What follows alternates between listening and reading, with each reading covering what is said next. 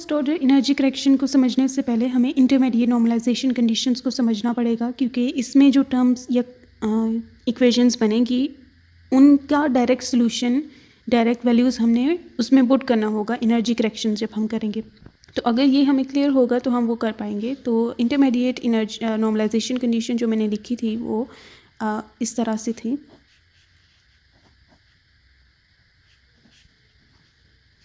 Equals 1, ठीक है। तो ये अनपर्टर्ब सिस्टम का और ये पर्टर्ब सिस्टम का। तो पर्टर्ब सिस्टम का ये जो साइन है ये अभी हमने लिखा था कि ये इक्वल है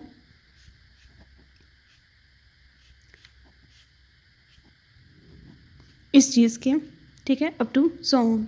इसी तरह लेमडा के साई एन ऑफ के एंड, ठीक है।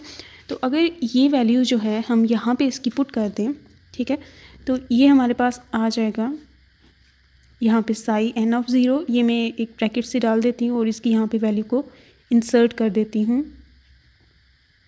ठीक है। मैं ये सेकंड ऑर्डर तक इंसर्ट कर रही हूँ क्योंकि यूज़ भी यहाँ तक ही हुआ है, तो इसलिए यहाँ तक मैं इंसर्ट कर रही हूँ, या आगे आप इसको ऐसे कर सकते हैं, ठीक है। तो जब ऐसी टर्म्स ये कैट का पार्ट है, इसमें ये सारी की सारी ऐड हो रही हैं, तो यहाँ पे एक टर्म है, तो जैसे प्रोडक्ट में होता है कि ये जो क्वांटिटी है सबके साथ आती है, इसी तरह यहाँ पे कैट ब्रा नोटेशन में भी यही होता है कि ये इसके साथ भी आएगा, ये इसके साथ भी, प्लस साइन के साथ सेपरेटेड, जैसे मैं भी लिखती हूँ। ये ऐसे ही अब ये टर्म आएगी सिर्फ, और ये क्लोज का देना है, फिर प्लस का साइन, फिर ये लिखेंगे, ठीक है, ये फिर साइन, और फिर इसके बाद ये लेमडा साई एन, लेमडा क्योंकि कांस्टेंट है वो यहाँ पे बाहर आ जाएगा और यहाँ पे साई एन ऑफ 1, ठीक है।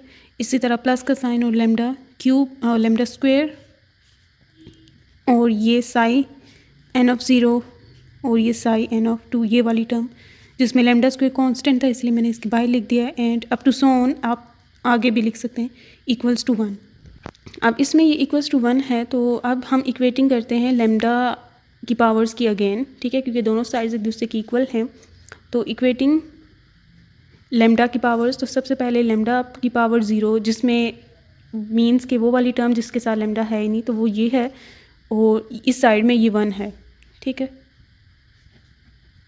तो ये तो नॉर्मलाइजेशन कंडीशन ही बन गई जो हमने स्टार्ट में भी लिखी थी, ठीक है, फॉर अनपर्टर्ब सिस्टम।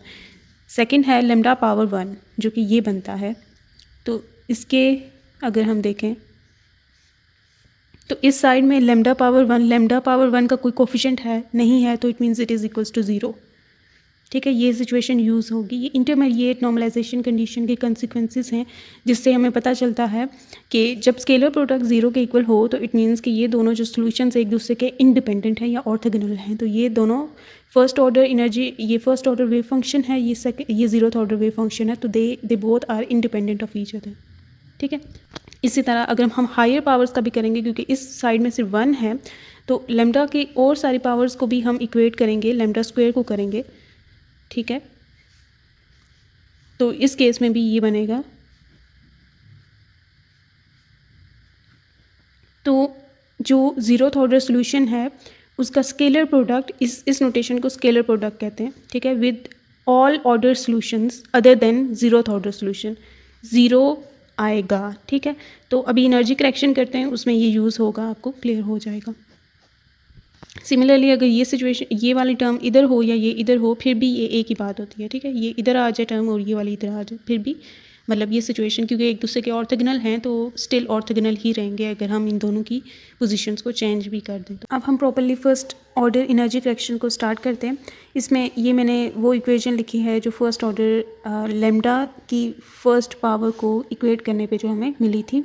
इसमें यहाँ पर ये मैंने इस फॉर्म में लिखा था, इस फॉर्म में मैंने ये इक्वेशन लिखी थी एक ही साइड पे, तो ये वाली टर्म मैं दूसरी साइड पे ले गई हूँ और इनके साइंस जो हैं वो चेंज हो गए, तो ये वही इक्वेशन है।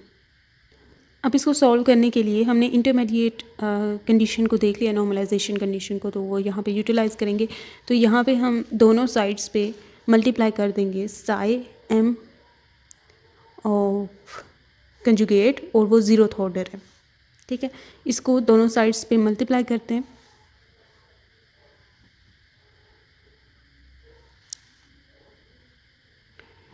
और ये हर टर्म के साथ आ जाएगा। ये एनर्जी क्योंकि कांस्टेंट क्वांटिटी है, इसको मैं एक साइड पे कर देती हूँ, और कंजुगेट के साथ इसलिए मल्टीप्लाई किया है ताकि हम इसे एज स्केलर प्रोडक्ट लिख सकें इन डायरेक्ट नोटेशन। तो ये डबल प्राइम, ये डबल प्राइम वाला जो था,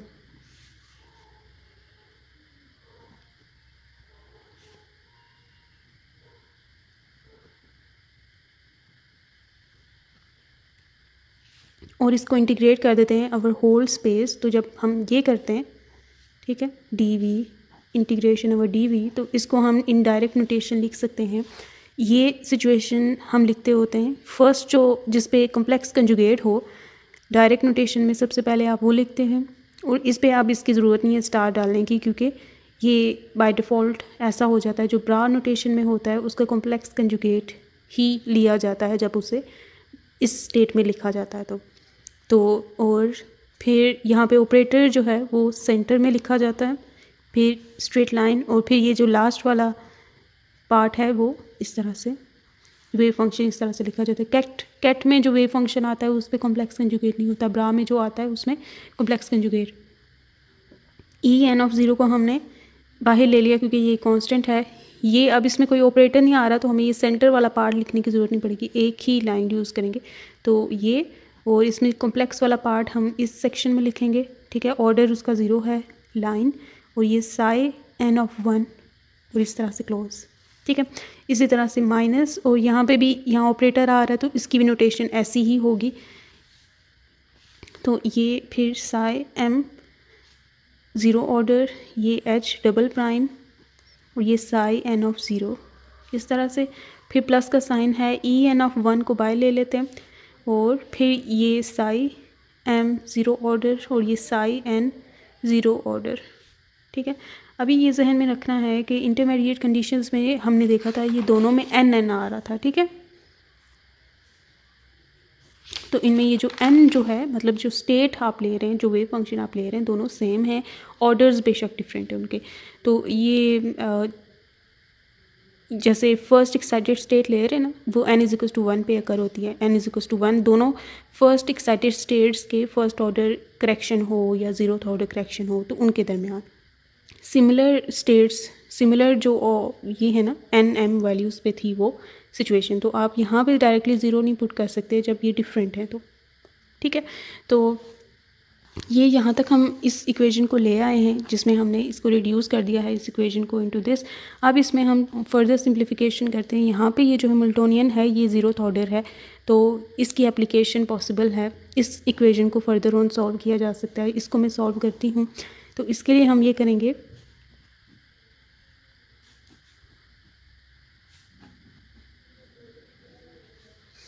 इसके सॉल्व करने के लिए यहाँ पे हमें ये करना है कि h को हम अप्लाई करना चाहते हैं इस पे ज़ीरोथ ऑर्डर वाले पे, क्योंकि ज़ीरोथ ऑर्डर पे ये अप्लाई हो गया हमें, क्योंकि ये इक्वेशन हमें पता है कि जब ये ज़ीरोथ ऑर्डर वेव फंक्शन पे अप्लाई होता है तो हमें ज़ीरोथ ऑर्डर एनर्जी मिलती है, जो भी इनमें, अगर ये m पे अप्लाई हो रहा है तो ये m times psi M of zero, इस तरह से सिचुएशन बन जाती है। तो इसलिए तो यही हम करना चाहते हैं, और हैमिल्टोनियन जिस ऑर्डर का है वो उसी ऑर्डर के वेव फंक्शन पे अप्लाई होगा, तो ये अंडरस्टूड होगी, वरना ये वाली इस पे अप्लाई होगी तो वो थोड़ा टफ हो जाता है। तो हम ये क्या करेंगे, इसकी पोजीशन और इसकी पोजीशन को चेंज करेंगे। तो ये जब किया जाता है तो इनके होल पे कॉम्प्लेक्स कंजुगेट आ जाता है, ठीक है।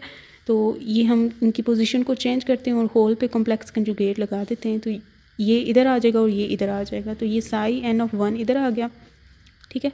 तो और ये एच ऑफ ज़ीरो और ये साई एम ऑफ ज़ीरो इधर आ गया। और रीज़न तो बिल्कुल अंडरस्टूड है क्योंकि ये कॉम्प्लेक्स कंजुगेट में था ना प्रीवियसली, तो अगर हम इसकी पोजीशन को चेंज कर रहे हैं और कैट को ब्रा में ला रहे हैं, ब्रा को कैट में, तो इस पर कॉम्प्लेक्स कंजुगेट होल में आ जाता है। तो वो बाद में हम इसको ठीक कर देंगे।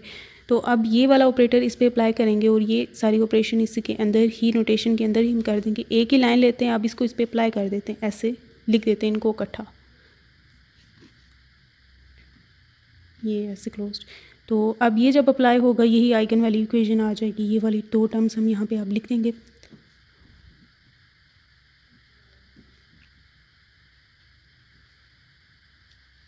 जिस ऑर्डर का ये वेव फंक्शन है उसी ऑर्डर का यहाँ पे एनर्जी का भी लिखना है, psi M of zero close और होल स्टेटिक। तो कॉम्प्लेक्स कंजुगेट, और ये ई एम ऑफ ज़ीरो ये एज़ यूजुअल बाहर आ जाएगा, और क्योंकि एनर्जी हमेशा पॉजिटिव ही होती है तो इसका कॉम्प्लेक्स कंजुगेट का इस पर कोई असर नहीं होगा, और ये as it is E M of zero बाहर आ जाएगी। और अंदर जो टर्म है वो इस तरह से है फ़िलहाल, इसका होल कॉम्प्लेक्स कंजुगेट है। आप इसकी दोबारा शफलिंग कर देते हैं कॉम्प्लेक्स कंजुगेट को ख़त्म करने के लिए, तो यहाँ पे ये अगेन अपनी पोजीशन पे आ गया, और ये भी ठीक है। तो ये हमने इस एक्सप्रेशन की वैल्यू को फाइंड आउट कर लिया, यहाँ पे आप इसको पुट कर देते हैं।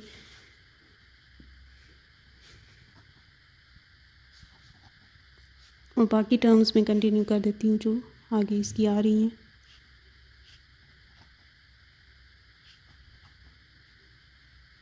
हम देख सकते हैं इनकी ये दोनों सेम हो गई हैं, ठीक है। इनमें कॉमन ले लेंगे हम, इक्वल्स माइनस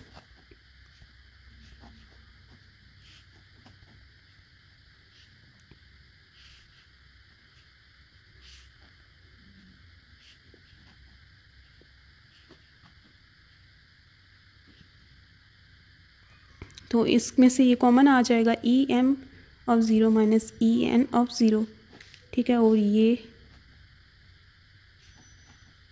क्योंकि दोनों में जो स्केलर ये प्रोडक्ट है, स्केलर प्रोडक्ट दोनों में कॉमन है इसलिए, और दूसरी साइड में ये सारी की सारी टर्म एज इट इज़ आ जाएगी।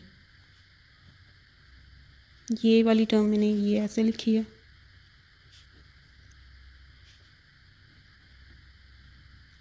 अब इसमें हम कंडीशन लगाते हैं कि putting m is equals to n, ठीक है। m is equals to n के लिए अब इसे देखते हैं कि क्या बनता है। तो m is equals to n करेंगे तो हर जगह हम n लिख देते हैं अब, ठीक है। m जहाँ पे है उसकी जगह n लिख देंगे, तो ये तो दोनों सिमिलर ही थे, सिमिलर हो गए अब ये दोनों, तो ये माइनस होकर ज़ीरो ही दे देगा। ये भी n, ये भी ज़ीरो ही था, ये भी ज़ीरो ही, तो ये ज़ीरो ही था ना। हमने अभी जो इंटरमीडिएट कंडीशन देखी थी आपने वो सामने रखनी है। तो यहाँ पे ये n आ जाएगा ज़ीरो एच डबल प्राइम, और यहाँ पे psi n of zero plus E N of one psi n of zero psi n of zero. तो ये वाला इंटेग्रल जो था ये 1 के इक्वल था, और ये ज़ीरो के इक्वल होगी, ये वाली पूरी साइड ज़ीरो के इक्वल होगी। तो zero equals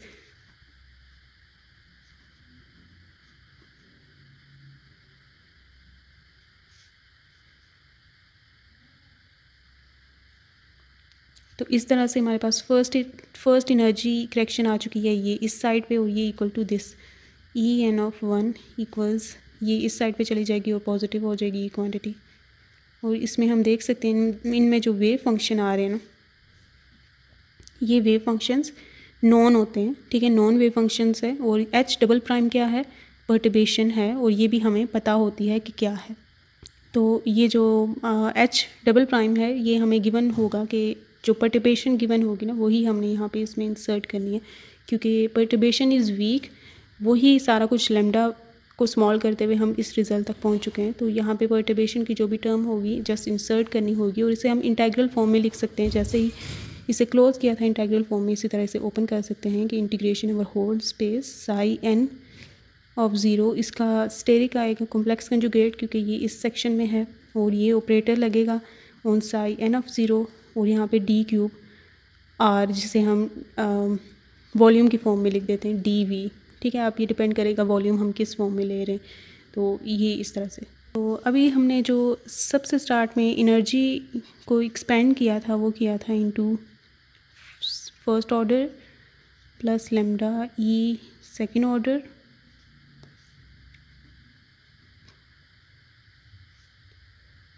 first order second order ये zeroth order plus up to so on, ठीक है। करते हैं कि इसमें हम पर्टर्बेशन को कम्प्लीटली ऑन कर देते हैं, ठीक है। तो जैसे मैंने कहा था कि पर्टर्बेशन पहले बिल्कुल ज़ीरो की और फिर ग्रेजुअली हमने ऑन करते हुए मैक्सिमम 1 कर दी। तो यहाँ पे हम लेमडा को हर जगह पे, यहाँ पे सारी जगह पे लेमडा इक्वल्स टू 1 पुट कर देते हैं कि perturbation is now completely on, ठीक है। लेमडा इक्वल्स टू 1 जब हम पुट करेंगे तो ये E N of zero plus E N of 1 plus E N of 2 plus E N of 3 हो जाएगा। और ये जो एच डबल प्राइम है ये अब सिंपली क्या हो चुका है, एच प्राइम हो चुका है, ठीक है, क्योंकि एच प्राइम टाइम्स लेमडा हमने इसको लिया था ना, तो लेमडा यहाँ पे भी 1 कर दिया तो ये इसके इक्वल हो गया। तो यहाँ पे ये टर्म्स होगी और सिर्फ फर्स्ट ऑर्डर करेक्शन तक हम रखना चाहते हैं, तो ये दोनों ख़त्म कर दी। तो ये फर्स्ट ऑर्डर करेक्शन यहाँ तक इसकी टर्म्स बनती हैं। और ई एन ऑफ ये तो as it is E N of 1 की वैल्यू ये है, ठीक है, जो हम यहाँ पे पुट कर देते हैं, which is psi n of 0 पे स्टेरिक एच प्राइम अब हो गया ये, और ये psi n of 0 D V. तो this is first order correction का रिज़ल्ट। ये करेक्शन है, ये वाली करेक्शन है जिसे ऐड कर दिया और ये करेक्टेड वैल्यू है। और एच प्राइम क्या है, पर्टर्बेशन है, which was equals to H minus H naught, ठीक है। जैसे हमने हार्मोनिक ऑसिलेटर में वो सी एक्स स्क्वेयर था आई थिंक, या C X Q plus D X square या 4 पावर, वो उस तरह से जो difference in Hamiltonian of perturb system and unperturb system जो था वो एच प्राइम था। तो वो यहाँ पे हमने यूज़ करना है और फर्स्ट ऑर्डर करेक्शन को यूज़ करना है। तो यहाँ फाइंड आउट कर लेना। तो हमें गिवन होगा कोई भी सिस्टम या कोई भी कन्फिग्रेशन गिवन होगी और हमें कहा जाएगा कि फ़र्स्ट ऑर्डर करेक्शन को फाइंड आउट करें, एनर्जी करेक्शन को। तो हम फर्स्ट ऑर्डर एनर्जी करेक्शन इस फार्मूला से फाइंड आउट करेंगे और जो फाइनल एनर्जी आइगन वैल्यू आती है वो हम अनपर्टर्ब सिस्टम की एनर्जी प्लस ये जो रिज़ल्ट आया उसको ऐड कर देंगे। हम first order wave function correction करेंगे। आई विल सी कि इसकी अगर पहले प्रॉब्लम कर लूँ या फिर करेक्शन ही कर दें, तो दैट्स इट।